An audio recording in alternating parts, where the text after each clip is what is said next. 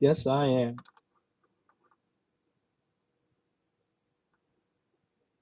Okay, so let's talk about the buttons at the top here in the actual vassal module for Combat Commander. Just you can see there. I'm going to start right at the start right to the right of the little plus sign, little green aid button there. You can see that. Is there a question?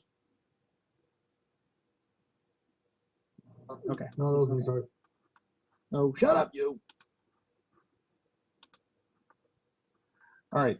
So you can see the little German guy with the binoculars and the howitzer. That's the Showhide parts window, and that's where you'll get all of the counters and shits and pieces that you'll need throughout the game.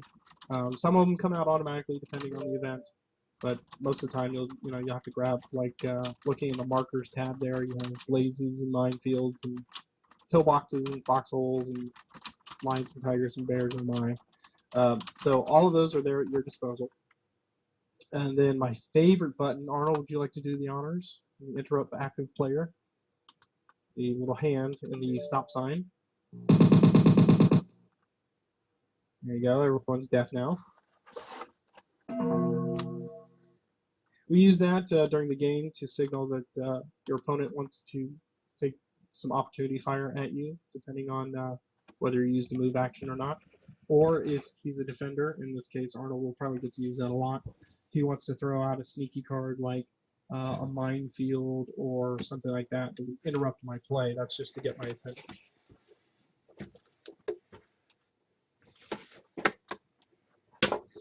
The next order button is there.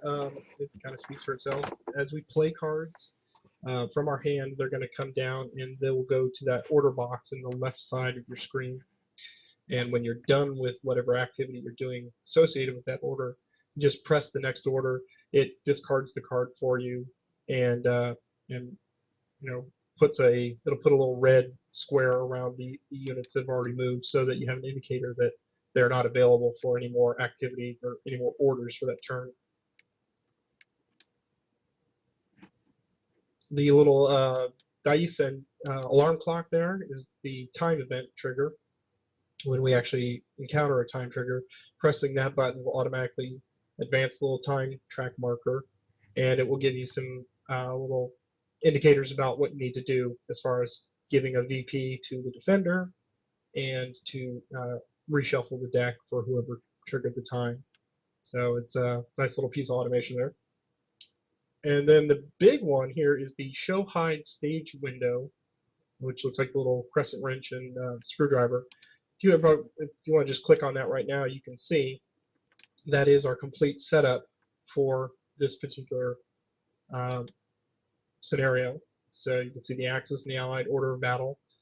This is what Arnold will get to do first. He will take all of his units, place them out on the map per the scenario rules, and then I will get to do mine after he's done.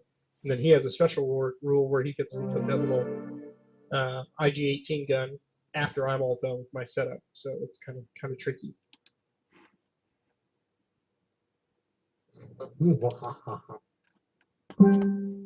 Yes, indeed.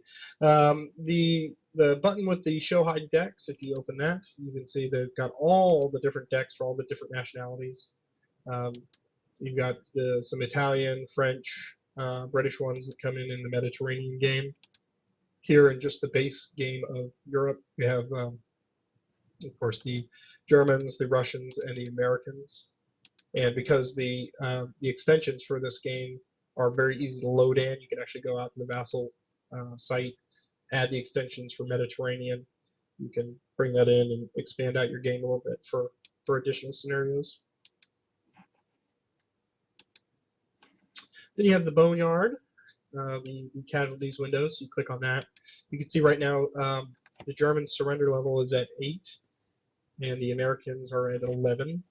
So if he gets 11 casualties, or I suffer 11 casualties, that 11 casualty will cause me to lose per the scenario setup. So every scenario's got a different surrender level in Europe, and so that's why you want to try not to die if you can. Let's see. I'm gonna back up my little observer who just clicked the time marker there. It's okay. We do start on turn marker number 1. And then all of the nationality symbols there are just the actual decks for the different players. And Arnold, as he draws cards, will be going into his deck. I will not be able to see them, and he will not be able to see mine because we're logged in as particular units. And then you something common to all of the vassal modules, you can toggle the units on and off, just so if you need to see the terrain type behind it, it's easier to see. So all the little binoculars there.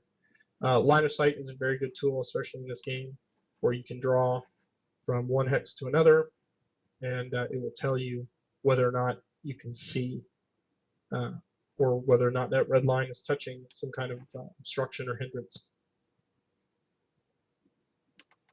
And that's it. I mean, it's very straightforward.